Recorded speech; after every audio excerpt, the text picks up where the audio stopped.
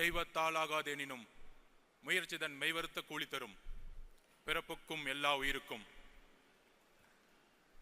கொள்கை பரப்பு இணைச் செயலாளர் தாகிரா அவர்களே, மாநில உறுப்பினர் சேர்க்கை அணி செயலாளர் விஜயலட்சுமி அவர்களே, கொள்கை பரப்பு செயலாளர் ராஜ்மோகன் அவர்களே, தலைமை நிலை செயலாளர் திரு ராஜசேகர் அவர்களே, கழக துணை பொதுச் செயலாளர் திரு சிடிஆர் நிர்மல்குமார் அவர்களே, கழக பொருளாளர் திரு பி வெங்கட்ராமன் அவர்களே, கழக பொதுச் செயலாளர் திரு என் ஆனந்த் அவர்களே, சிறப்பு விருந்தினர் நம்மளுடைய தலைவர், நம்மளுடைய கட்சியின் குடும்பம், நம்மளுடைய முன்னோடி தாய் தந்தை அவர்களுக்கு எங்களுடைய வணக்கம்.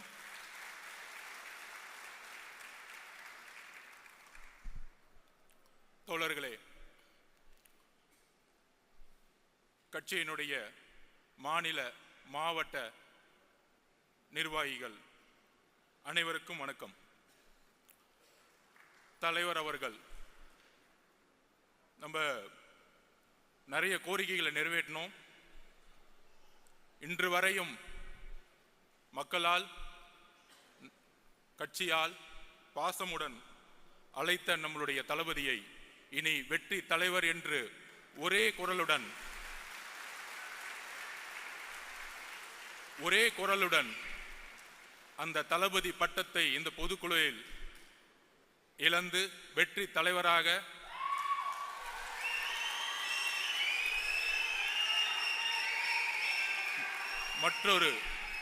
மற்றொரு தீர்மானமாக உங்கள் முன் நான் சமைக்கிறேன். ஆம் என்பவர்கள் கையை தூக்கலாம். ஆம். என்னுடைய தலைவர் அவர்களுக்கும் என்னுடைய அண்ணன் என்று சொல்லக்கூடிய விஜய் அண்ணா அவர்களுக்கும் என்னுடைய வணக்கம். இந்த அவையினுடைய பெயர் ராமச்சந்திரா. 1972 எந்த தீய சக்தியை எதிர்த்து, எந்த ஊழலை எதிர்த்து, எந்த குடும்ப ஆட்சியை எதிர்த்து ஆரம்பித்தாரோ திரு ராமச்சந்திரன் அவர்கள், அவருடைய பெயரிலிருந்து நம்மளுடைய முதல் பொதுக்குழு உதயமாகி கொண்டிருக்கிறது. என்ன ஒரு வரலாறு, என்ன ஒரு வரலாற்று இணைப்பு.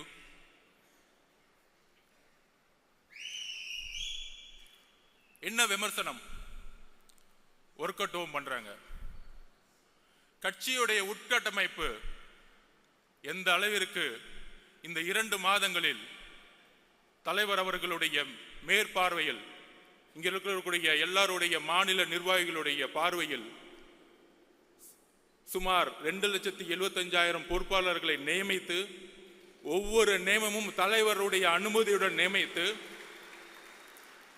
70,000 பூத் கமிட்டியில் 50,000 பூத் கமிட்டியுடைய வெரிஃபிகேஷனை முடித்து, ஒவ்வொரு நொடியும் கட்சியினுடைய உட்கட்டமைப்பில் தலைவர்களுடைய பங்கெடுப்பு அபரிமிதமானது. உட்கட்டமைப்போடு நாம் தேர்தல் போருக்கு தயாராகி கொண்டிருக்கிறோம். நீங்க சொல்ற மாதிரி ஒர்க் அவுட் இல்ல, உங்களெல்லாம் ரிட்டையர்மெண்ட் கொடுக்கறதுக்கு தான் ரெடி ஆயிட்டு இருக்கோம்.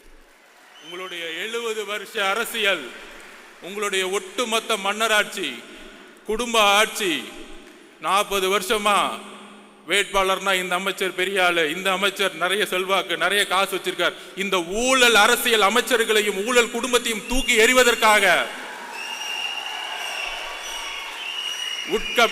கட்சியுடைய உட்கட்டமைப்பை அமைதியாக பொறுமையாக உருவாக்கி கொண்டிருக்கிறார். கூடிய விரைவில் பொதுச் செயலாளர் அவர்கள் அறிவிப்பார்கள். கட்சியுடைய உட்கட்டமைப்பு தமிழகமே எதிர்பார்க்கக்கூடிய ஒரு மிகப்பெரிய அதிர்வலையை உருவாக்கக்கூடிய ஒரு மாநாடை நடக்கும் பொழுது கட்சியுடைய உட்கமைப்பு எந்த அளவிற்கு 70 வருட கட்சிகளுக்கு நாம் ஒரு பெரிய சேலஞ்சா இருக்க போறோங்கிறத பதிவு செய்ய கடமைப்பட்டிருக்கிறோம். இதுக்கு நடுவில்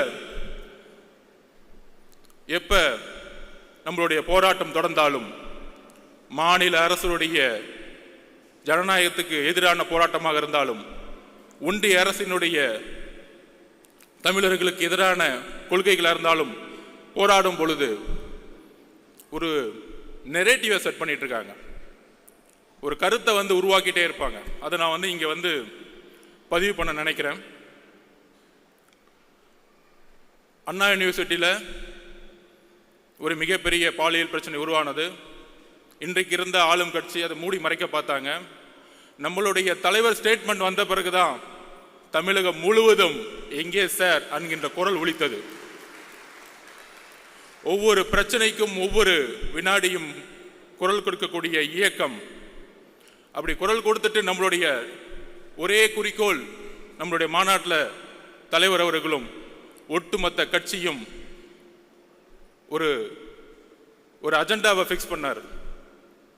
நம்மளுடைய ஒரே அரசியல் எதிரி திமுக, ஊழல், குடும்ப ஆட்சி, அதோடு சேர்ந்து கொள்கை எதிரி பிஜேபி. தமிழர்களுக்கு எதிரான கொள்கைகளை உருவாக்கக்கூடிய அரசை நாம் எப்பொழுதும் எதிர்ப்போம். இந்த டைரக்ஷன்ல நம்ம கரெக்டா போயிட்டு இருக்கும் பொழுது இந்த புலி அமைதியா தூங்கிட்டு இருக்கும்போது திடீர்னு ஒரு ஆடு என்ன பார்க்க மாட்டீங்களா, என்னையும் பார்க்க மாட்டீங்களா அப்படின்னு என்ன நெரேட்டிவ் செட் பண்றாங்கன்னா, திமுக கூட்டணியை உருவாக்கிட்டோம், எதிர்கட்சிகளை எப்படி செட் பண்றது, எவ்வளவு பெரிய நெரேட்டிவ் தெரியுங்களா? இதுதான் மத்தியில் ஆளும் பிஜேபி செஞ்சுட்டு இருக்கு மற்ற மாநிலங்களில். ஆனா இங்க எப்படி செய்யறாங்கன்னா, அதாவது போன 2ஆம் ஆண்டுக்கு பிரசாந்த் கிஷோர் வந்தார். ஒரு நண்பரா ஒரு ஆலோசனை சொல்லலாம். ஏன் வந்தாரு? எதிர்காலத்தில் முதலமைச்சராகக்கூடிய எல்லா தகுதியும் நம்மளுடைய தலைவருக்கு இருக்கு. தமிழக வெற்றி கழகம் ஆட்சியை அமைக்கக்கூடிய வலு இருக்கு. இளைஞர்களோட செல்வாக்கு, பெண்களோட செல்வாக்கு, ஒட்டுமொத்த தமிழ்நாடோட செல்வாக்கு இருக்குங்கிற ஒரு ஸ்ட்ராட்டஜிக் வியூல இங்க வராரு. அவருடைய பதிவு பண்றாரு, பேட்டி கொடுக்கிறாரு. மக்களை அவர் முழுமையாக 24 மணி நேரம் சந்திப்பதற்கு முன்பாகவே 20% செஞ்சுக்கிறாங்க. மக்களை சந்திக்கும் பொழுது அப்ப அவருடைய ஒரே ஒரு கடமை, அந்த கடமை இன்னும் சில நாட்களில் முடிவற்று ஒவ்வொரு நொடியும் மக்களை நோக்கி என்னுடைய தலைவரும் இங்க கட்சியில் இருக்கக்கூடிய ஒவ்வொரு பொறுப்பாளர்களும் வரும்பொழுது மக்களுடைய உண்மையான பிரச்சனைகளை சொல்லக்கூடிய ஒரே தலைவராக கட்சியாக தமிழகத்தில் இருக்கும். இப்படி நம்மளுடைய பயணம் போயிட்டு இருக்கும் பொழுது நம்ம ஏதோ பிரசாந்த் கிஷோர் அவர்கள் கூட்டிட்டு வந்தவொடனே ஒரு பெரிய டிஎம்கே நமக்கு எதிராக ஒரு கட்டமைப்பு உருவாக்குனாங்க, பீகார் ஹிந்தின்னு. இப்ப திமுக என்ன பண்ணிருக்காங்கன்னா, ஒரு பெரிய நிறுவனம் இருக்கு பெண்ணுன்னு சொல்லிட்டு தன்னுடைய மருமகனை வச்சு நடத்திட்டு இருக்காங்க. அதோட சேர்ந்து ஐபேக் அப்படி ஒரு நிறுவனத்தோட சைன் போட்டிருக்காங்க. ரிஷி அவர்கள் யூபியிலேருந்து வந்தவர், முழுக்க பிஜேபிக்காக ஒர்க் பண்ணவர். அதுக்கப்புறம் ராபின் சர்மா மகாராஷ்டிராவில் காங்கிரஸுக்கு எதிராக ஒர்க் பண்ணவர். அதுக்கப்புறம் திரு சுனில் அவர்கள். ஏன்னா இவங்க பேர்லாம் ஏன் சொல்றேன்னா, பிகேவை பற்றி என்னெல்லாம் பேசினாங்களோ இந்த மீடியாவில் பதில் கொடுக்கணும்ல, எங்களுக்கும் அரசியல் தெரியும்ல. 70 வருஷம் கட்சியை நடத்துறவங்க 3 ஸ்ட்ராட்டஜியஸ் அக்ரிமெண்ட் போட்டு என்ன செட் பண்ணிட்டு இருக்காங்கன்னா, எதிர்கட்சிகள் எப்படிலாம் உடைக்கணும், எதிர்கட்சியில் இருக்கிற தலைவர்கள் சுற்றி இருக்க எல்லா தலைவர்களும் எப்படி விலைக்கு வாங்கணும், அப்புறம் எப்படி தமிழக வெற்றி கழகத்தை எதிர்த்து நம்மளுடைய குரலை உடைக்கணும், பல பொய் பிரச்சாரங்களை எப்படி உருவாக்கணும். நமக்குள்ள பல பொய் பிரச்சனைகளா இருக்கும், நிறைய பொய் பிரச்சாரங்களை உருவாக்குவாங்க. அப்படி செட் பண்ணப்பட்டவர் தான் திரு அண்ணாமலை அவர்கள். அதாவது டெல்லியில மோடி உட்கார்ந்துட்டு மற்ற ஸ்டேட்ல செட் பண்ணிட்டு இருக்காரு, இங்க திமுக அண்ணாமலையே செட் பண்ணிட்டாங்க. அதுதான் புரியல. நல்லா பாருங்க எப்படி டைவர்ட் பண்ணுவார்னு பாருங்க. அதான் நான் சொன்னேன், எங்க தலைவர் புலி மாதிரி அமைதியா இருக்கும்போது திடீர்னு ஒரு ஆடு சம்பந்தமே இல்லாம எங்களுடைய குறிக்கோள் ஒட்டுமொத்த திமுகவை நாங்க கேள்வி கேட்டு மக்களுடைய பிரச்சனையில் குரல் கொடுக்கிறதுக்கு நாங்க பிரச்சாரத்தை உருவாக்கிட்டு இருக்கோம். சம்பந்தமே இல்லாம எங்க தலைவரை பார்த்து அது ஒரு தொழில், என்னுடைய தொழில். பெண்ணை கேவலமாக பேசக்கூடிய ஒரு தலைவரை பிஜேபி வந்து வச்சிருக்கும் போதே முடிவாயிருச்சு அந்த கட்சி எந்த அளவுக்கு இருக்குது. அக்கா தமிழிசை சவுந்தரராஜன், வானதி அக்காக்கெல்லாம் தெரியும் இந்த தலைவரை பத்தி. எந்த அளவிற்கு திமுகவிற்காக நம்ம அண்ணாநிசுட்டி பிரச்சனை கையில் எடுக்கும் பொழுது, மக்கள் எல்லாம் அந்த பிரச்சனை குரல் கொடுக்கும் பொழுது, எங்கே சார் அங்க பிரச்சனை கொடுக்கும் போது திடீர்னு சட்டையை கழட்டிட்டு சாட்டை அடிச்சுக்கிறது. என்ன அரசியல் பண்றீங்க? யாருக்காக இந்த அரசியல்? பாவம் மோடி அவர்கள் டெல்லியில் உட்காந்து நமக்காக ஒரு பையன் சாட்டையில் அடிச்சிட்டு இருக்கான், நமக்காக ஒரு பையன் கத்திக்கிட்டு இருக்கான், நமக்காக ஒரு பையன் வேலை செஞ்சுட்டு இருக்கான் நினைக்கும் போது அங்கதான் பிரச்சனை இருக்கு. இந்த ஸ்ட்ராட்டஜிஸ்லாம் வந்திருக்காங்களே, அப்பயே கரெக்ட் பண்ணி முடிச்சுட்டாங்க பிஜேபியில். யார தலைவரே கரெக்ட் பண்ணிட்டாங்க. இனி வரும் காலங்களில் எங்கள் தலைவரையும் கட்சியும் தொட்டால் உங்களுடைய உண்மையை தூக்கி எறிவோம் மக்கள் மத்தியில். எழுதி கொள்ளுங்கள். எங்க மேல நீங்க எதுவும் சொல்ல முடியாது. நாங்க ஒண்ணு 10 வருஷம் ஆட்சியில இல்ல, ஊழல் பண்ணல. ஊழல் பண்ண பணத்தை போய் லண்டன்ல வச்சு கொண்டாடல. நாங்க தெளிவா இருக்கிறோம். ஏன் தலைவர் வருஷத்துக்கு 1000 கோடி ரூபாய் சம்பாதிக்கிறத விட்டுட்டு வராரு. நீங்க ஆட்சிக்கு வந்துட்டு ரெட் ஜெயின் கம்பெனி நடத்தி சினிமால சம்பாதிச்சுட்டு இருக்கீங்க. இதுவா அரசியல்? 2018 2021 ரெட் ஜெயின் கம்பெனியுடைய வருமானம் என்ன? 2021 ஆட்சி அமைத்த பிறகு ரெட் ஜெயின் கம்பெனியுடைய வருமானம் என்ன? அரசியல் அதிகாரத்தை வைத்து சம்பாதிக்கக்கூடிய எந்த செயலும் ஊழல் தான்.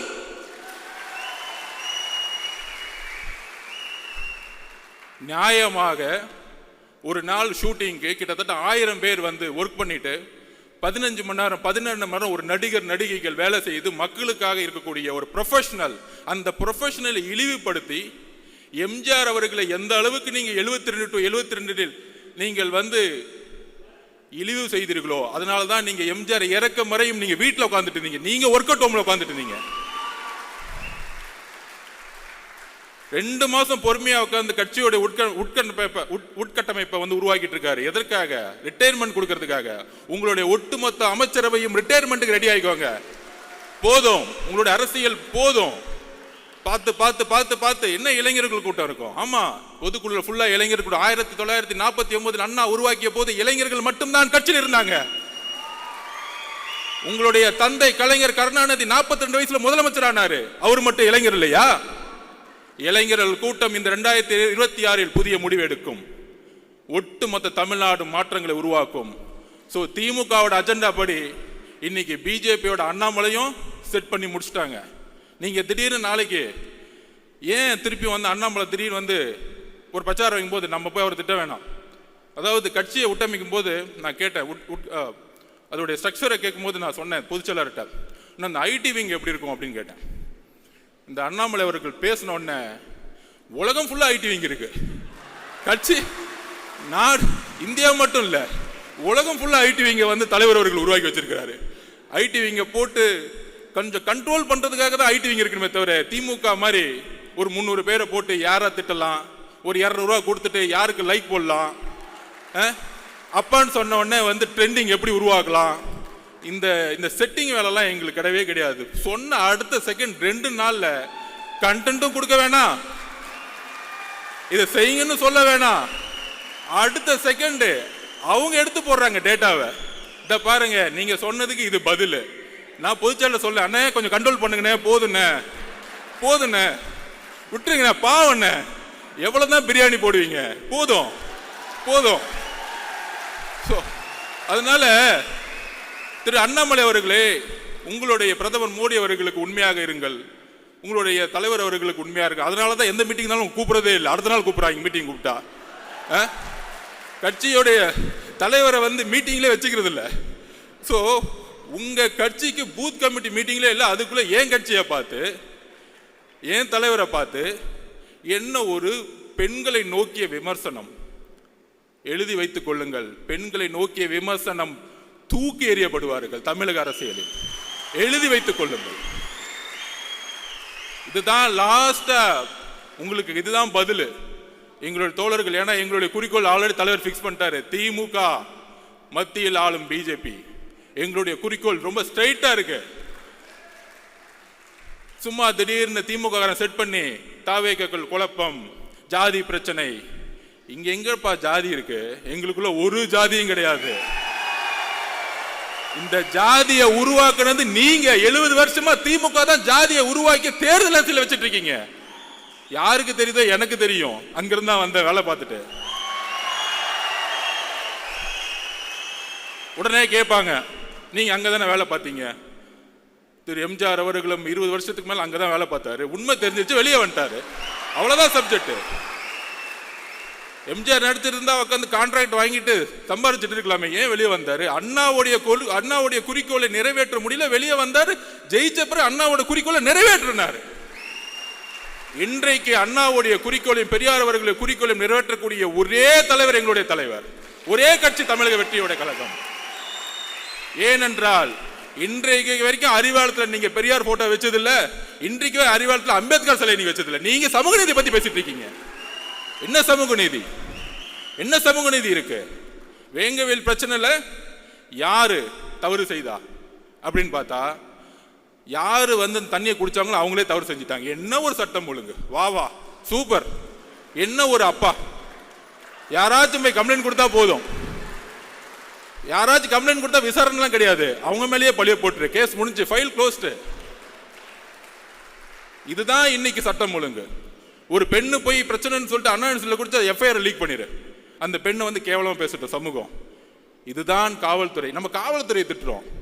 காவல்துறையெல்லாம் திட்டவே கூடாது. காவல்துறையை யார் கண்ட்ரோல் பண்ணிட்டு இருக்கா? நம்மளுடைய அப்பா ஹோம் மினிஸ்டர் தான். அப்பா வேற யாரு? ஹோம் மினிஸ்டர் சரியில்லை. பிரச்சனை ஹோம் மினிஸ்டர் சரியில்லை. இங்க காவல்துறை பாவம், அவர் என்ன பண்ணுவார்? ஐபிஎஸ் அதிகாரி மேல இருந்து ஆர்டர் வரணும்ல. மேல இருந்து ஆர்டர் வராம இல்ல தூக்கி 3 பேரை போட்டு, ஏன்? OBC consolidation. இந்த அரசியலை தூக்கி எறிங்க. தலித் மக்களை ஏன் தலிதா பார்க்க கூட? மனிதனா பாருங்க. ஒரு பிரச்சனை ஒரு குழந்தைக்கு, அது யாரா இருந்தா என்ன? அது யாரா இருந்தான்னு கேட்டேன். அக்ரகாரத்தில் ஒரு பிராமின் வந்து குடிச்சாலும் நான் கொஸ்டின் கேட்போம். எந்த ஜாதியா இருந்தாலும் எங்களுக்கு கவலை இல்லை. மனிதம் தான் என்னுடைய தலைவருக்கும் எங்களுக்கும் முக்கியம். மனிதத்தை நேசியுங்கள். ஒரு தவறு நடந்தால் ஒரு காவல்துறை எடுக்கக்கூடிய முடிவுகள் அரசியல் ரீதியாக இருக்கிறது. அதனால்தான் காவல்துறைக்கு வந்து இன்னைக்கு வந்து கை வந்து கட்டப்பட்டிருக்கு. ஆனா இங்க இருக்கக்கூடிய அரசியல்வாதிகள் இல்ல காவல்துறை தவறு செய்யுது, காவல்துறை இயக்கக்கூடிய அதிகாரம் தான் தவறு செஞ்சுட்டு இருக்கீங்க. அதை நாம் உணர்த்தணும். அப்புறம் தலைவர் சொன்னார், பாசிசமா பாயசமா? அதுக்கு நான் எக்ஸ்பிளைன் பண்ணிட்டேன். நிறைய பேர் உட்காந்து டிவி டிபேட்ல பேசினாங்க, அது என்ன பாயசம்? அவருக்கு வந்து அரசியல் தெரியல. நான் எக்ஸ்பிளைன் பண்றேன். அதுக்கு ஒரு வரலாற்று காரணம் இருக்கு. நேஷனல் பாசிஸ்ட் பார்ட்டி முசோலினி அவர்களால் 1ஆம் உலகப் போருக்கு பிறகு தொடங்கப்பட்ட கட்சி. அந்த கட்சியோட குறிக்கோள் தொழிலாளர்களையும் ஏழ்மையும் ஒழித்து ஒரு அரசியல் அதிகாரத்தை மக்களால் உருவாக்குவது. அப்படி உருவாக்கும் பொழுது ஒரு இனவாத அரசியலை அவங்க வந்து கையில் எடுத்தாங்க.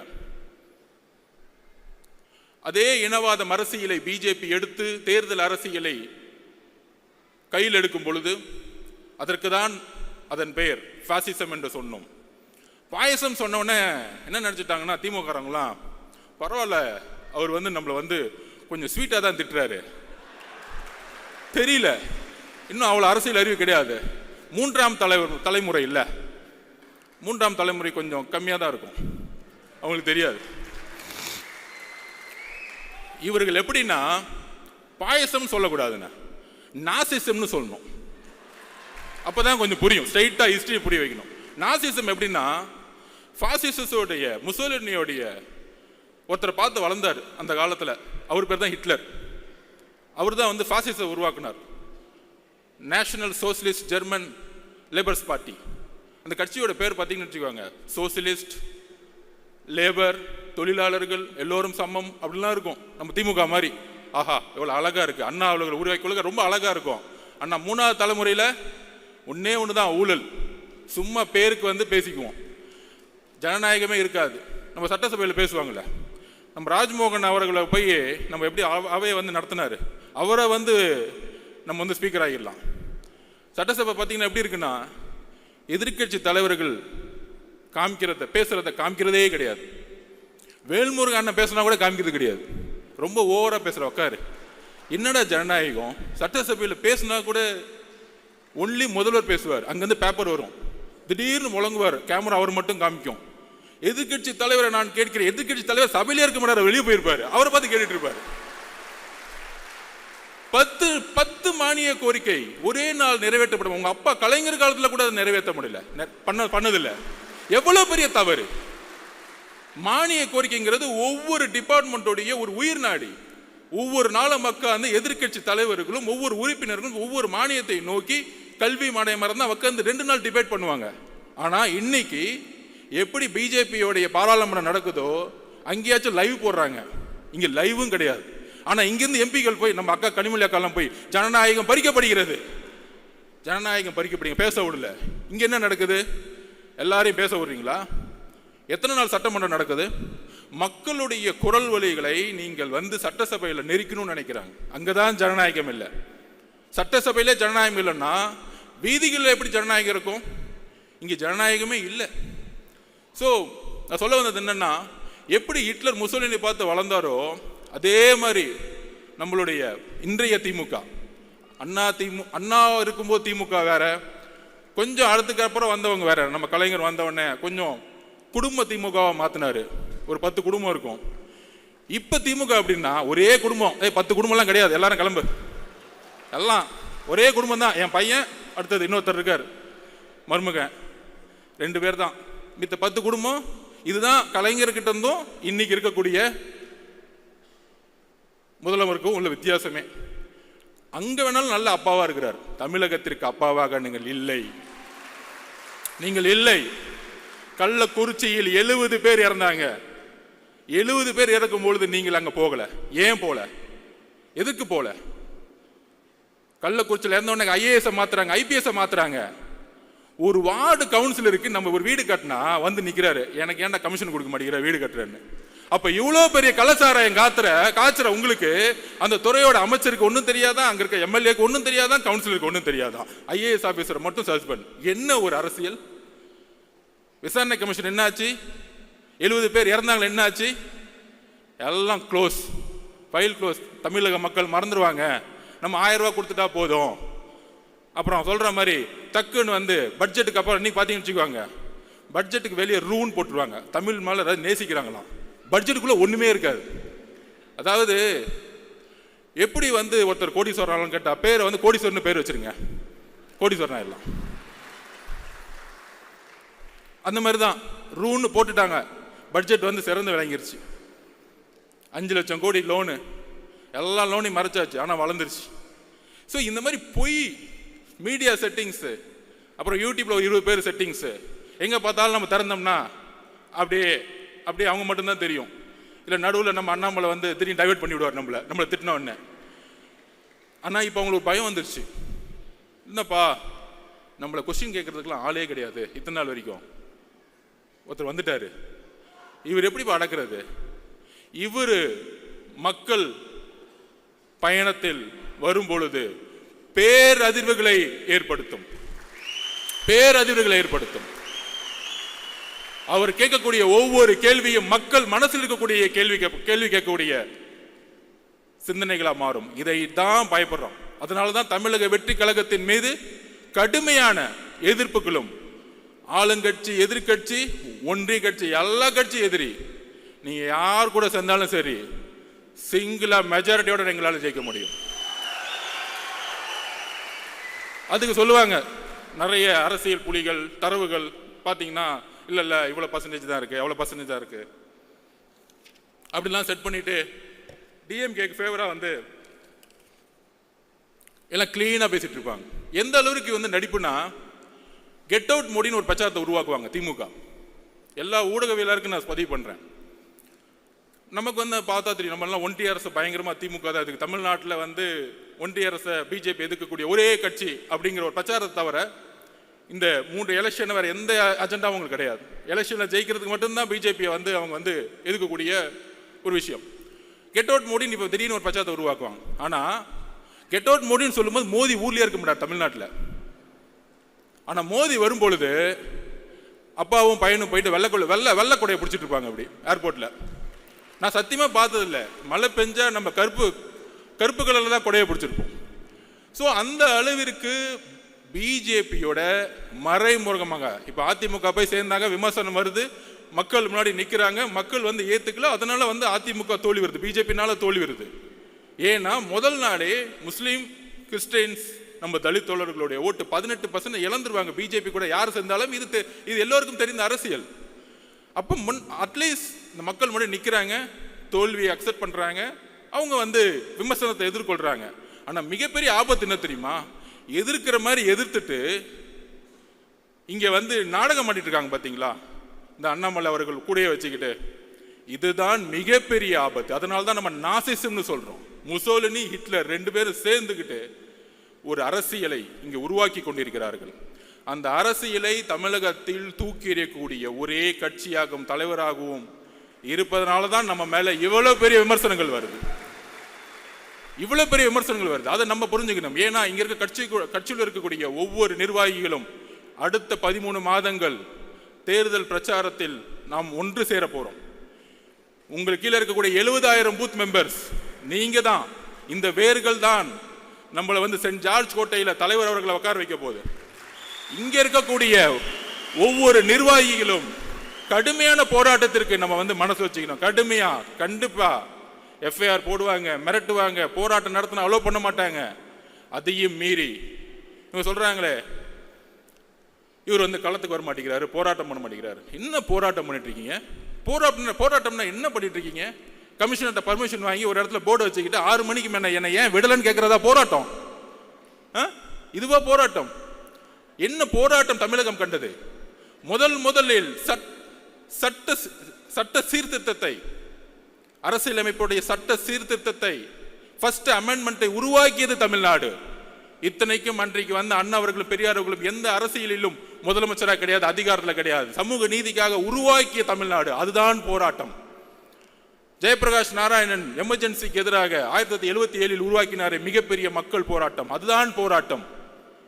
பர்மிஷன் வாங்கி 6 மணிக்கு போர்டு வச்சுட்டு, அதுதான் தலைவர் சொன்னார். என்ன சார் போராட்டம் பண்றாங்க, நடிக்கிறாங்க எல்லாம். மக்கள் முன்னாடி, மீடியா முன்னாடி நின்றுட்டு போர்டை பிடிச்சிட்டு. அன்னைக்கு டீலிமிடேஷன் நடந்துட்டு இருந்துச்சு. நடந்துட்டு இருக்கும்போது அண்ணாமலை அவர்கள் போராட்டம் பண்ணிட்டு இருக்காரு. எங்கன்னா வீட்டுக்கு வெளியே நின்றுக்கிட்டு.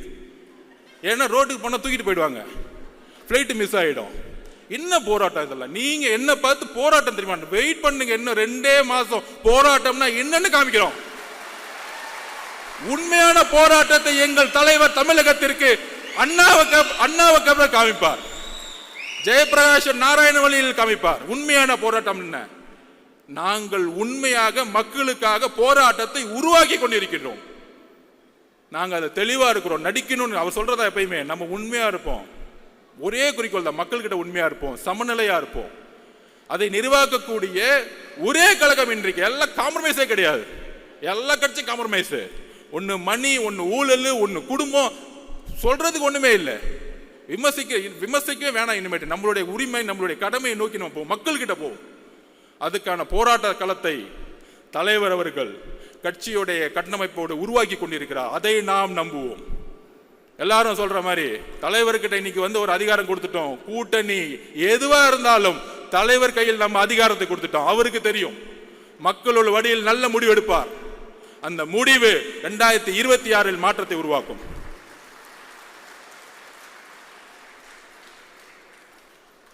நான் ஏன் பிஜேபியும் டிஎம்கேவும் ஒன்னு சொல்றேன்னா,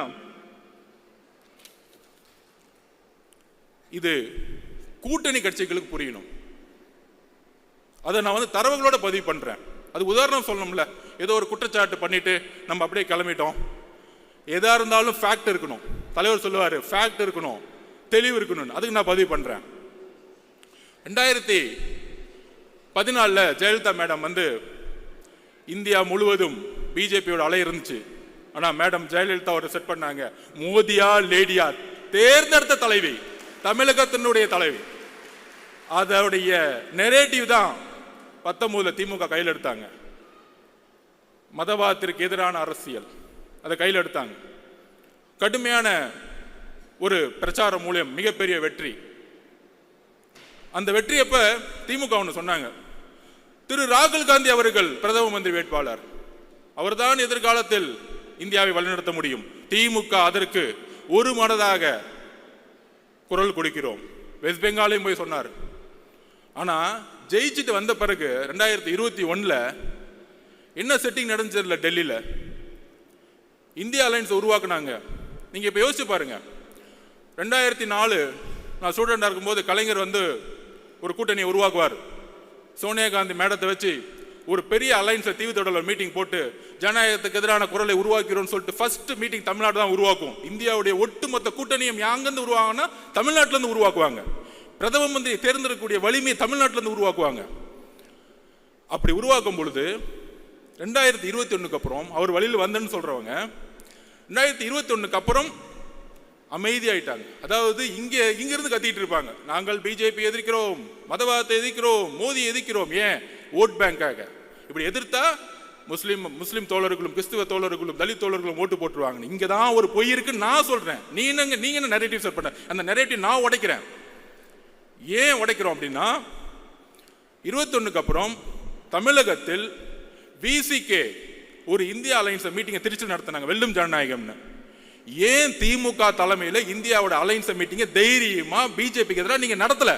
பதில் சொல்லுங்க. இன்னைக்கு ஏன் ராகுல் காந்தி அவர்கள் பிரதம மந்திரி வேட்பாளராக நீங்க சொல்லல? இதற்கும் பதில் இருக்காது. இதுதான் நடிப்பு.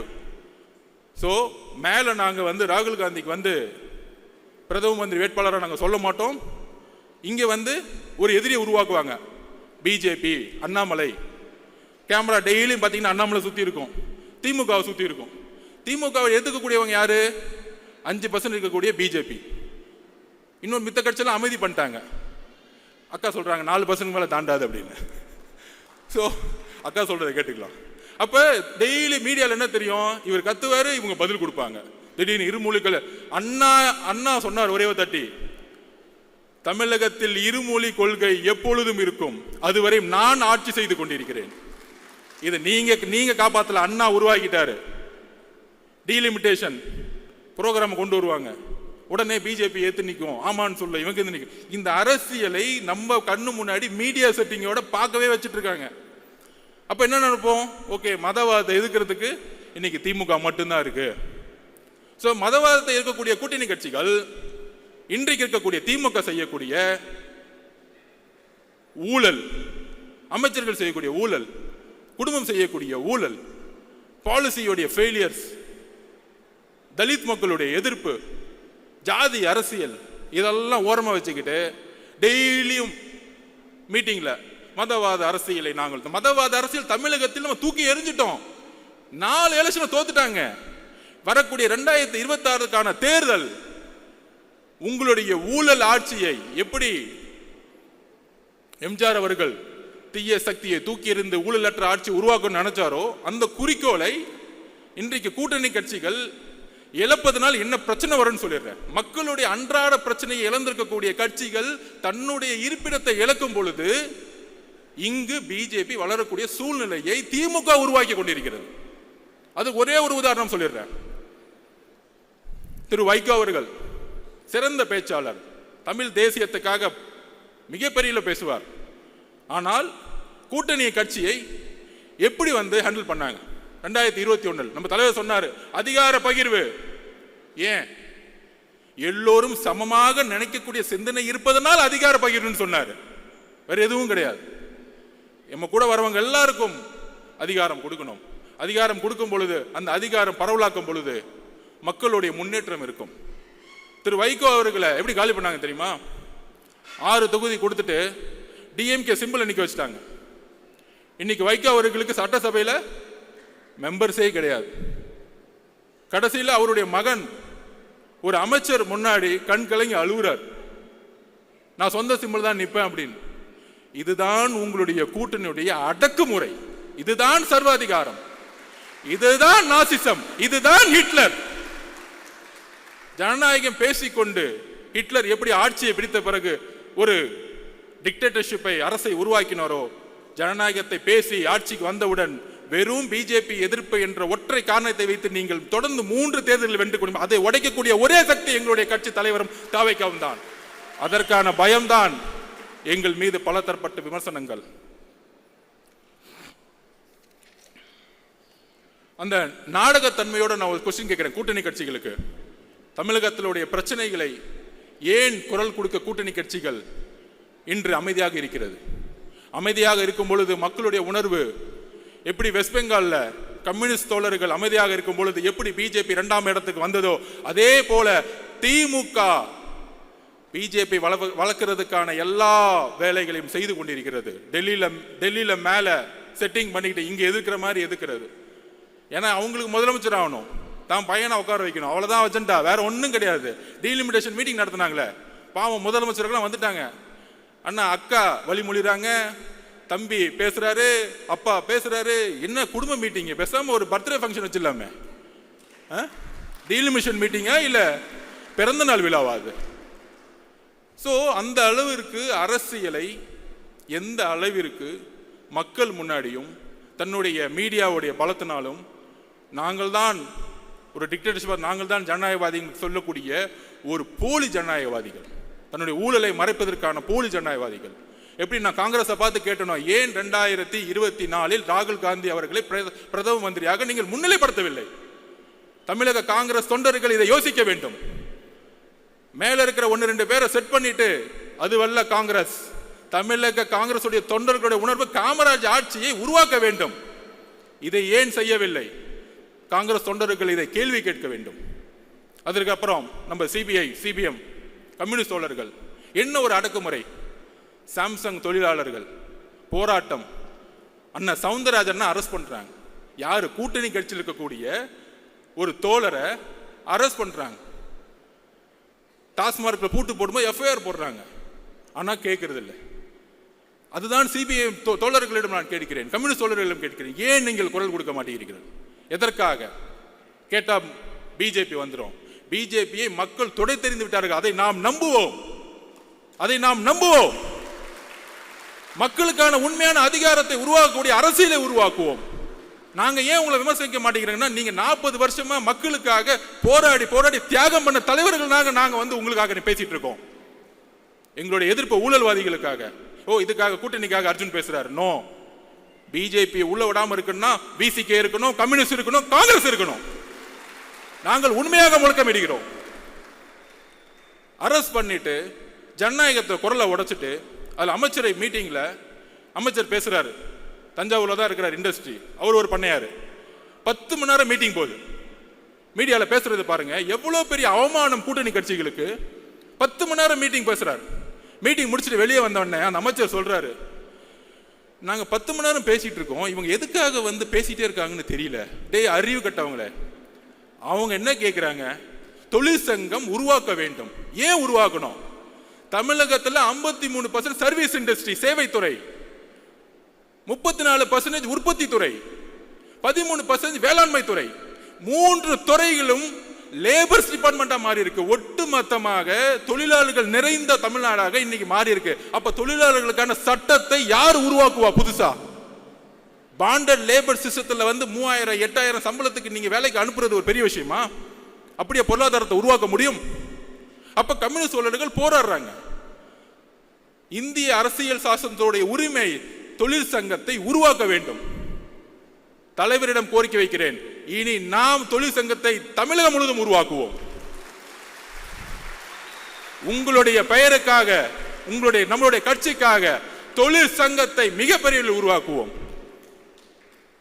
அந்த தொழிலாளர்களுக்காக போராடக்கூடிய ஒரே இயக்கம் தமிழக வெற்றி கழகமாக மாறும் கூடிய விரைவில். நீங்கள் குரல் கொடுக்கவில்லை என்றால் தமிழக வெற்றி கழகம் இருக்கிறது. தோழர்களே, நாங்கள் உண்மையோடு உங்களோடு பயணிக்க கொள்கை அடிப்படையில் தேர்தல் அரசியல் கூட்டணி இதெல்லாம் தூக்கி போடுங்க. முதல்ல மக்களுடைய பிரச்சனையை பத்தி மெதுவா பேசிட்டே இருப்போம். தேர்தல் அரசியல் 2 மாசத்துக்கு முன்னாடி வச்சுக்கலாம்.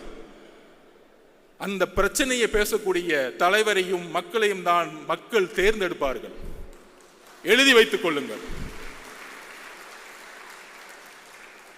அடுத்தது நம்ம மனிதநேய மக்கள் கட்சி ஜவஹர் அண்ணன் ஆட்சி வரதுக்கு முன்னாடி கோயம்புத்தூர் இருக்க முஸ்லிம்கள் விடுவிக்கப்படுவார்கள் மனித நேயத்தின் அடிப்படையில். ஆட்சி வந்த பிறகு சுப்ரீம் கோர்ட்ல அவங்கெல்லாம் வெளியே விட்டா சமூக நல்லிணத்துக்கு பிரச்சனை ஏற்படுத்திடும். யார் பண்றது? தமிழக அரசு. அதுக்கு அடுத்த வாரமே திமுக மேடையில் திமுக உறுதி கொடுத்த மாதிரி முஸ்லிம் தோழர்களை வெளியே அமைச்சிருவோம். என்ன ஒரு நடிப்பு, என்ன ஒரு முரண்! இந்த முரண்களை ஏன் இன்னும் கொஸ்டின் கேட்காம இருக்கிறோம்? நம்ம இந்த முரண்களை நம்ம கேள்வி எழுப்பணும். தோழர்கள் இங்கே இருக்கக்கூடிய ஒவ்வொரு மாவட்டத்திலும் போது நம்மளுடைய முஸ்லீம் தோழர்களை பார்க்கும் பொழுது கேள்வி கேட்கணும். நம்ம இப்தார் விருது நடத்துறோம், தலைவர் வந்துட்டார், உடனே திமுகல இருந்து நமக்கு தெரியும் யார் யார் வச்சுலாம் திட்டுவாங்கன்னு. திட்டுனா தைரியமா திட்டுங்க, அதெல்லாம் பின்னாடி வந்து திட்டுறது 10 பேரை வச்சுக்கிட்டு அந்த பயம் இருக்கட்டும் எங்க தலைவரை பார்த்து. அவ்வளவுதான் சொல்லுவேன் நான். ஏற்கனவே ஒருத்தர் திட்டு, ஏற்கனவே நம்ம தலைவர் அண்ணாமலை திட்டி 2 நாள் நல்லா வாங்கி கட்டிக்கிட்டார். தம்ம எங்க உலகம் முழுச போனை திறந்தா போனை பார்க்கும் போதுதான் திட்டிட்டு இருக்காங்க. அவரை போனை பார்க்கவே முடியல. இதுதான் எங்களுடைய ஐடிவிங்க. நீங்க ஐடிவிங்க உருவாக்கிங்க, உலகம் முழுச ஆல்ரெடி உருவாகி கிடக்கு. அப்ப எந்த அளவிற்கு ஒரு இப்தார் விருந்துல ஒரு நாள் 4 மணிலிருந்து நம்மளுடைய முஸ்லிம் தோழர்கள் மாதிரியே நோன்பு இருந்து தலைவர் வந்து அதோடைய முறைப்படி அவர்களுடைய ஒரு நோம்பில் பங்கெடுத்துக்குன்னு வரும் பொழுது அடுத்து முடிஞ்சான விமர்சனம், இது ஆயிருச்சு அப்படி ஆயிருச்சு, அடுத்த நாள் போலீஸ் கம்ப்ளைண்ட். என்ன ஒரு திமுக என்ன பயம்? நாங்க பாட்டிக்கு ஒரு விருந்து முடிச்சுட்டு நாங்க பாட்டிக்கு எங்களுடைய கட்சி வேலையை பார்த்துட்டு இருக்கும்போது அப்ப நான் ஒரு கொஸ்டின் கேட்கிறேன். நீங்க முஸ்லிம்களுக்கு தோழர்கள்னா 1999 திரு கலைஞர் அவர்கள் பிஜேபி தலைமையிலான கூட்டணியை பங்கெடுத்தார். குறைந்தபட்ச செயல் திட்டம் உருவாக்கணும். இன்றைக்கு பிஜேபியோடைய வளர்ச்சியும் அடித்தளமும் உருவாக்கப்பட்டது 1999 to 2004. அதுல பங்கெடுத்த முக்கியமான பார்ட்னர் டிஎம்கே. நாங்க பேசலாமா உங்க அரசியல? அதுல அன்னைக்கு 2001 காலகட்டங்களில் முஸ்லிம் தோழர்கள் கோத்ரால வந்து மிகப்பெரிய இழப்பு இருக்கும் பொழுது ஏன் நீங்க ரிசைன் பண்ணல? முஸ்லிம் தோழர்கள் 2000 பேர் இறந்துட்டாங்க. இந்த கூட்டணியிலிருந்து நாங்க வெளியே வரோம். ஏன் கேட்கல? ஏன் வெளியே வரல? ஏன்னா 10 அமைச்சர்கள் அங்க ஃபுல் கட்டிங், டெய்லி மணி, கரப்ஷன், பணம், அதிகாரம்.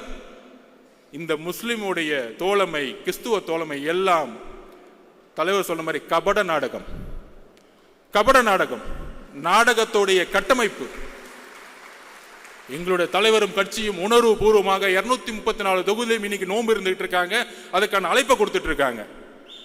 நாங்கள் உண்மையாக இருக்கிறோம் மக்களிடம். எங்களுடன் பிரிவு கிடையாது, மதத்தின் பால் பிரிவு கிடையாது, ஜாதியின் பால் பிரிவு கிடையாது, பாலின பால் பிரிவு கிடையாது. நாங்கள் எல்லாம் ஒரே மக்கள் என்கின்ற ஒரு குரல் தமிழகத்தில் தலைவர் மூலம் நாங்கள் ஒலித்துக் கொண்டிருக்கிறோம். அப்புறம் நம்ம விசிக அண்ணனுக்கு ஒரு கேள்வி. வேங்கவேல் பிரச்சனைக்கு ஏன் திருமாவளவன் போல? யாரு தடுத்து நிப்பாட்டினா? எந்த அதிகார சக்தி தடுத்து நிப்பாட்டினாங்க? எங்களுடைய தலைவர் விகடன் மேடையில் ஒட்டுமொத்த கிராம மக்களையும் அழைத்து அவருடைய பிரச்சனைகளை கேட்டு அவர்களுக்கான மரியாதை கொடுத்த அடுத்த மாதத்தில் காவல்துறை என்ன ஒரு கேவலமான செயல். விகடன் பத்திரிகையில் அவர் பேட்டி கொடுத்திருப்பாங்க. அந்த 3 பேர் கைது செய்தவங்க, நாங்க மழை தண்ணி குடிக்கும் பொழுது கூட எங்களுக்கு இந்த அவமானம் இல்லை, ஆனால் நாங்கள் தான் அந்த தண்ணியை கலந்தோன்னு சொல்லக்கூடிய அவமானம், நாங்க தற்கொலையே பண்ணிக்கலாம்னு சொல்லக்கூடிய வேதனையை அந்த பேட்டியில் நம்ம பார்த்தோம். உடனே ஒரு கேள்வி, நீங்க வேங்கவேல் போல போவாரு, சொல்யூஷன் கொடுக்க போவாரு, உங்களை மாதிரி கேமரால பார்த்துட்டு கட்டி பிடிச்சிட்டு போக வரல. நிரந்தர முடிவு என்ன? இந்த பிரச்சனைக்கு நிரந்தர முடிவு என்ன? நிரந்தர முடிவு அங்க இருக்க அரசியல் அதிகார சக்தியை கைது செய்யணும், இதுக்கான காரணமானவர்களை. அப்ப தலித் பிரச்சனைகள் எவ்வளவு பிரச்சனைகள் இங்க போயிட்டு இருக்கு. கொடி ஏத்த முடியல, ஒவ்வொரு நாளும் ஒவ்வொரு பிரச்சனை. பொருளாதாரம் வந்துச்சுன்னா மலத்தை கலக்கிறது, படிச்சா வாயில வெட்டுறது, பைக் ஓட்டினா கையை வெட்டுறது, காவல்துறை வேடிக்கை பார்த்துட்டு இருக்கோம். இதுக்கு எல்லாம் காரணம் உள்துறை அமைச்சர். கூட்டணி கட்சி தயவு செய்து பேசுங்க. உங்களுடைய மேஜர் பார்ட்னர் விசிக்கு ஏன் அமைதியாக்கப்படுது? அண்ணா, உங்கள் மீது எங்களுக்கு மரியாதை இருக்கிறது. நீங்கள் தான் 40 வருடமாக குரல் கொடுத்தீர்கள். இன்றைக்கு நாங்கள் குரல் கொடுத்துக் கொண்டிருக்கிறோம். உங்களுடைய உழைப்பையும் உங்களுடைய பயணத்தையும் நாங்கள் இழிவுபடுத்தவில்லை. ஆனால் திமுக என்கின்ற ஒரு கட்சி உங்களை ஒட்டுமொத்தமாக வைகோ அவர்களை எப்படி கூட இருந்தே கட்சியை க்ளோஸ் பண்ணாங்களோ அதே மாதிரி விசிகேவை நீ க்ளோஸ் பண்ண வச்சிட்டு இருக்காங்க. எப்படி மோதி கூட சேரவங்க எல்லாம் காலி பண்ணுவாரோ அதே தான் எக்ஸாம்பிள் இவர் தான். கூட இருக்கவங்கெல்லாம் கட்சியை கலைச்சிட்டு எல்லா கட்சி 2ஆம் கட்ட தலைவர்களும் எல்லாம் வாங்க, இப்படி பின்னாடி வாங்க, எல்லாம் சீட்டு கொடுத்துருவோம். கடைசியில் 6 தொகுதி திமுக சிம்பிள் நில்லு. திமுக சிம்பிள் நின்னா நாங்க எதுக்குடா கட்சி ஆரம்பிக்கணும்? நாங்க எதுக்கு மக்களுக்காக போட வரணும்? திமுகலே சேர்ந்துடலாமே. அப்ப எந்த அளவிற்கு ஜனநாயகத்தை இங்க கேள்விக்குறியாக்கி பிஜேபியோட வழியில் இணைந்து இன்னைக்கு ஒரு அரசியலை உருவாக்கி கொண்டிருக்கிறார்கள். இதுதான் தமிழக மக்கள் விழிப்புணர்ச்சியோடு இனி சிந்திக்க வேண்டும். நம்மளுடைய தோழர்கள் இதை சிந்திக்க வேண்டும். நமக்குள்ள ஒரு ஒற்றுமை இருக்கணும். திடீர்னு அண்ணன் 4 பேர் பேசிட்டு இருப்பாங்க, ஏதோ மைக்கில் பொதுச் செயலாளர்கள ஆனந்த் அண்ணன் அவர் வந்து ஜாதியை பார்க்கிறாரு, அப்பாயின்மெண்ட் வந்து இப்படி போட்டாங்க. இதெல்லாம் திமுக ஏற்படுத்தக்கூடிய கட்டமைப்பு, பொய் கட்டமைப்பு.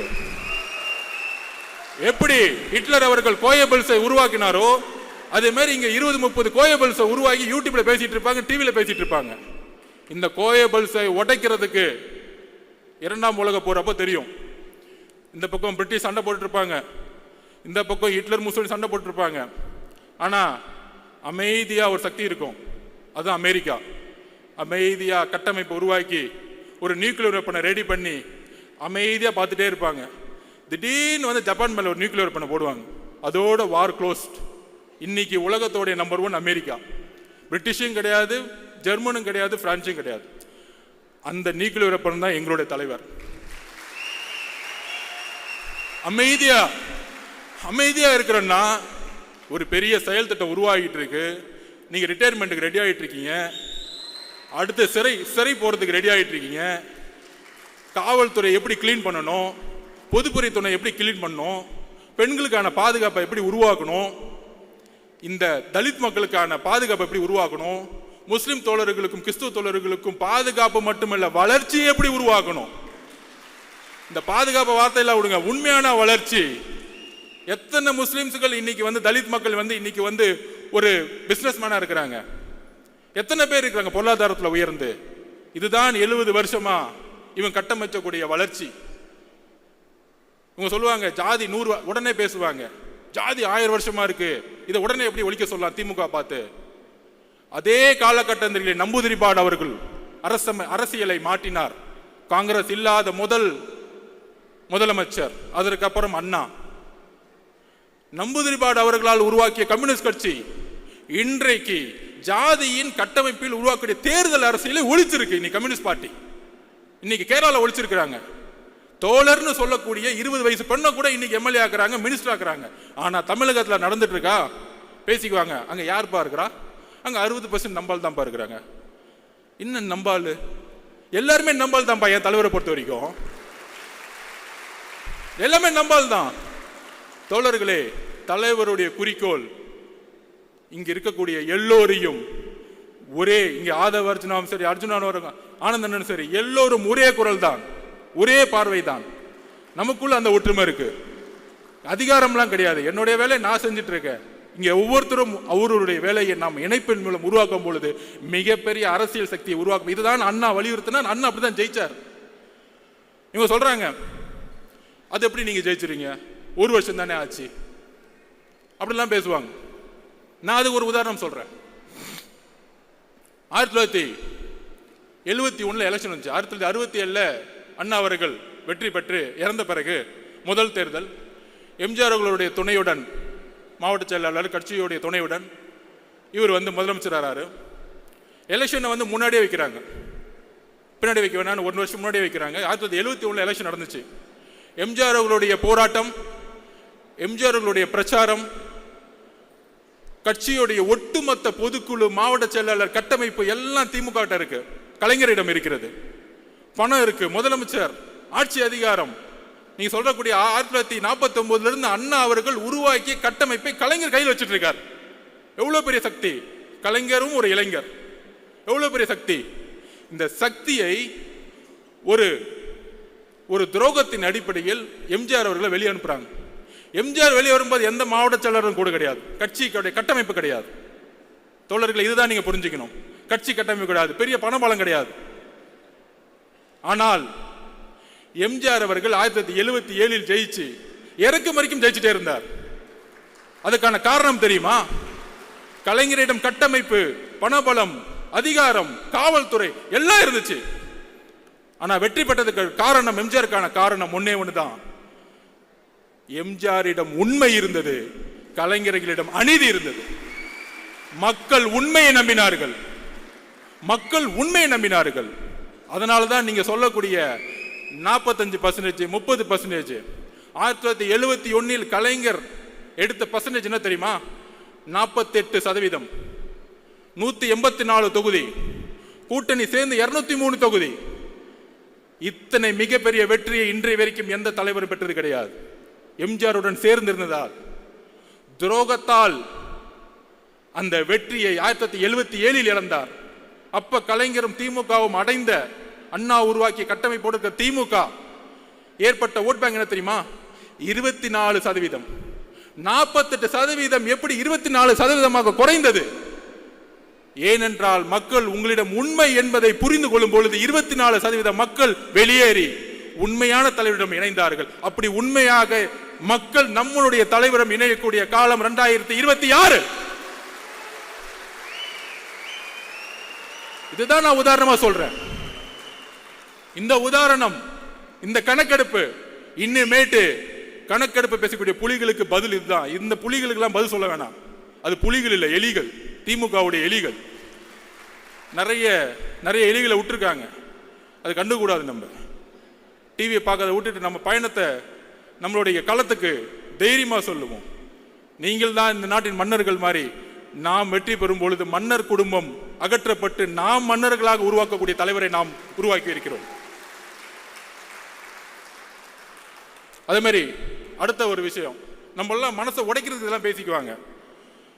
இல்ல பெரிய கூட்டணி திமுக, மக்களுடைய பிரச்சனைகளை தினமும் பேசாத எந்த கூட்டணியும் எவ்வளவு பெரிய தோல்வி அடைங்கிறதுக்கு ஒரு உதாரணம் சொல்றேன். 2011 தேர்தல், 2011 தேர்தலில் ஒரு விமர்சனம் ஜெயலலிதா அம்மாவை பார்த்து, தூங்கிட்டு இருக்காங்க, உடம்பு சரியில்லை, கட்சியில் இருக்கவங்களாம் வெளியே போயிட்டாங்க, கட்சி கட்டமைப்பு போயிருச்சு. அப்ப எழுதி வச்சுக்கோங்க, திமுக 30%, கலைஞர் என்ன நினைச்சாரு? திமுக 30%, காங்கிரஸ் சேர்த்துக்கிட்டா 10%, 40%, பிஎம்கே 8%, 48%, விசிகே 3-4%, எல்லாரையும் சேர்த்து 55%. 2011 200 தொகுதி ஜெயிச்சிருவோம்னு ரிப்போர்ட் கொடுத்தாங்க. இதே மாதிரி தான் இப்ப சொல்லிக்கிறாங்களே, 200 தொகுதியை ஜெயிச்சிருவோம். அப்ப அவங்க அப்பா 2011 சொல்லிக்கிட்டாரு 200 தொகுதியில் ஜெயிச்சிருவோம் அப்படின்னு. மக்கள் 2 மாசம் தான் பிரச்சாரம். அதான் சொன்ன, தேர்தல் அரசியல் நம்ம லாஸ்ட் 2 மாசம் பார்த்துக்கலாம். 2 மாசம் தான் பிரச்சாரம். ஜெயலலிதா அம்மானால 203 தொகுதியில் ஜெயிச்சு எதிர்கட்சி தலைவர் கூட ஆகல நீங்க. இதுதான் அரசியல், இதுதான் மக்கள். பெரிய கூட்டணி, கூட இருக்கிற கால்குலேஷன், இதெல்லாம் மக்கள் முன்ன எடுபடாது. நீங்கள் மக்களிடம் உண்மையாக இருக்கிறீர்களா? இந்த கூட்டணி மக்களிடம் உண்மையாக இருக்கிறதா? அந்த தேர்தல் 2011 காங்கிரஸ், அதே காங்கிரஸ் 8% வாங்கினாங்க, பிஎம்கே அதே % வாங்கினாங்க. ஆனா திமுக 22% போயிட்டாங்க. திமுகனால கூட்டணி கட்சிகளே தோத்துட்டாங்க. கூட்டணி கட்சிகள் நல்ல கட்சிகள் தான். அவங்க ஊழல் பண்ணல, பிரச்சாரம் வாழ்க்கை புதுசா போராடிட்டு இருப்பாங்க. கம்யூனிஸ்ட் தோழர்கள், பிசிகே தோழர்கள் போராடிட்டு இருப்பாங்க, நல்ல தலைவர்கள். ஆனால் தேர்தல் அரசியலில் முடிவுகள் தவறாகும் பொழுது, மக்களுக்கான போராட்டம் உண்மையாக இல்லாத பொழுது, மக்கள் திமுகவை நிராகரிக்கும் பொழுது கூட இருக்கக்கூடிய ஒவ்வொருத்தரையும் நிராகரித்து தூக்கி எறிஞ்சிருவாங்க. நான் உங்களுக்காக சேர்த்து பேசிக்கிட்டு இருக்கோம், கூட்டணி கட்சிக்காக சேர்த்து பேசிட்டு இருக்கோம். ஆனால் கூட்டணிலாம் பேசிக்க வேணாம், மக்களுக்கான உண்மையான போராட்டத்தை உருவாக்குவோம். அதுதான் இப்ப இல்ல, அதுதான் பிரச்சனை. எல்லாரும் அமைதியா இருக்கிறாங்க, பேசினா நடவடிக்கை எடுத்துருவாங்க, கேஸ் போட்டுருவாங்க, மிரட்டுவாங்க. உளவியல் ரீதியா நம்ம சிதைக்கிறது. உளவியல் ரீதியா எம்ஜிஆர் எப்படி உளவியல் ரீதியா சிதைச்சாங்க? அவங்க மேல, அவங்க தொண்டர்கள் மேல கேஸா போடுவாங்க. நாம் எதற்கும் தயாராக இருக்க வேண்டும். அடுத்த 12 மாதங்கள் இதுதான் நம்மளுடைய இன்னைக்கு ஒருங்கிணைந்த முடிவாக எடுக்க வேண்டும். நம்மளுடைய தலைவர்களுக்காக மட்டுமல்ல, நம்மளுடைய மக்களுக்காக. இந்த மண்ணின் மீது உண்மையான நேசமும் பாசமும் தமிழக வெற்றி கழகத்துக்கு மட்டும்தான் இருக்கு. அதற்கான வலிமை இருக்கு. இவங்க சொல்லுவாங்களே, இப்ப அண்ணன் வந்து சொன்னாரு, மாவட்ட செயலாளர் அண்ணன், நான் ஒரு ஆட்டோ டிரைவர், என்ன மாவட்ட செயலர் ஆகிட்டார். இதுதான் தமிழக வெற்றி கழகம், இதுதான் தமிழக வெற்றி கழகம். இதுதான் அண்ணா 1949 உருவாக்கினார். சாமானியன் அரசியலுக்கு வர வேண்டும், பண்ணையார்களை தூக்கி எறியணும். எந்த சாமானியர்கள் அன்னைக்கு உருவானவங்களை இன்னைக்கு எல்லாம் பண்ணையார மாறிட்டான். அன்னைக்கு லாஸ்ட் டைம் அண்ணா சொன்ன மாதிரி 30 வருஷத்துல ஊழல், விவசாயம் போராட்டம் பண்ணா திரு அருள் அவர்களை குண்டாஸ் போடுறது. இதே திரு அருள் அவர்கள் திமுக ஆட்சியில போராடினாரு திமுகவோட. ஆனா வந்தவன அந்த அமைச்சர், திருவண்ணாமலை அமைச்சர் குண்டாஸ் போட்டுறது. எவ்வளவு வேளாண்மைகளுக்கு எதிரான எவ்வளவு பெரிய கொடுமையான சட்டங்கள் இங்க உருவாக்கப்பட்டு இருக்கிறது. சோ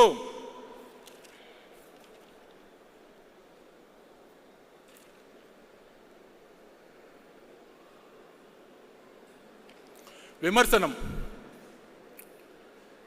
நம்ம மீது, தலைவர் மீதும் எந்த அளவுக்கு இனி வரும் காலங்களில் அருவருக்கத்தக்க விமர்சனங்கள் வருங்கிறது எனக்கு இப்போலேருந்தே தெரிய வருது. ஆனால் அதற்கு ஒரே பதில் 1980களிலிருந்து 96 வரைக்கும் திரு ஜெயலலிதா மேடத்தை வந்து உடல் ரீதியாக திமுக மேடைகளில் அவமானப்படுத்துவாங்க. ரொம்ப கீழ்த்தரமான வார்த்தைகள். திமுகவோட பிரச்சாரமே அப்படிதான் இருக்கும். கண்ணாமண்ணான்னு பேசுவாங்க. ஆனால் அடுத்த நாள் போய் யார் கூட ஃபோட்டோ எடுத்துட்டேன்னு பாருங்க, நம்ம துணை முதலமைச்சர் கூட ஃபோட்டோ எடுத்துக்குவாங்க, பேச வைப்பாங்க. ஆனால் அவர் அமைதியாக இருந்துக்குவார். அந்த மாதிரி அருவருக்கத்தக்க ஒரு விமர்சனங்கள் வரும் பொழுது ஜெயலலிதா மேடம் பதில் சொன்னாங்க, பொறுமையின் மூலம் பதில் சொன்னாங்க. 2014 234 தொகுதி தனியாக ஜெயிச்சு காமிச்சாங்க, தனியாக நின்று ஜெயிச்சு காமிச்சாங்க. ஸோ நம்மளுடைய தலைவர் அண்ணா எம்ஜிஆர் அவர்களுக்கு பிறகு ஒரு புதிய தலைமையை தமிழகம் எதிர்நோக்கி காத்து கொண்டிருக்கிறது. நமக்கான அரசியல் சூழ்நிலை உருவாக்கி கொண்டிருக்கிறது. இவங்க செட் பண்ண நெரேட்டிவ், நமக்கு எதிரான பொய் பிரச்சாரங்கள், இவங்க சொல்லக்கூடிய கால்குலேஷன்ஸ், உங்களுக்கு 20% இருக்கும், 30% இருக்கும், இந்த உடவியல் எல்லாம் தூக்கி எறிந்து எப்படி 77இல் ஒரு மாற்றங்கள் 48%லிருந்து 24% மக்களால் தூக்கி எறியப்பட்டார்களோ அதே போல வரக்கூடிய தேர்தல் 2026 தமிழக வெற்றி கழகம் மிக பெற அளவில் மக்கள் பேராதுடன் ஆட்சி அமைத்து தலைவர் அவர்கள் முதலமைச்சராகவும் நம்மளுடைய இணைந்து வரக்கூடிய கட்சிகள் ஆட்சி அதிகாரத்தில் சரிசமமான ஒரு புதிய அரசியலை உருவாக்கி அதற்கான பயண திட்டத்தை உருவாக்கி ஒரு புதிய வரலாறு உருவாக போகிறது. அந்த வரலாற்று நிகழ்வில் நாம் தான் இணைந்து உருவாக்க போகிறோம். இங்கே இருக்கக்கூடிய ஒவ்வொரு தோழர்களும் தோழிகளும் இணைந்து அந்த வரலாற்றை உருவாக்குவோம். நன்றி, வணக்கம்.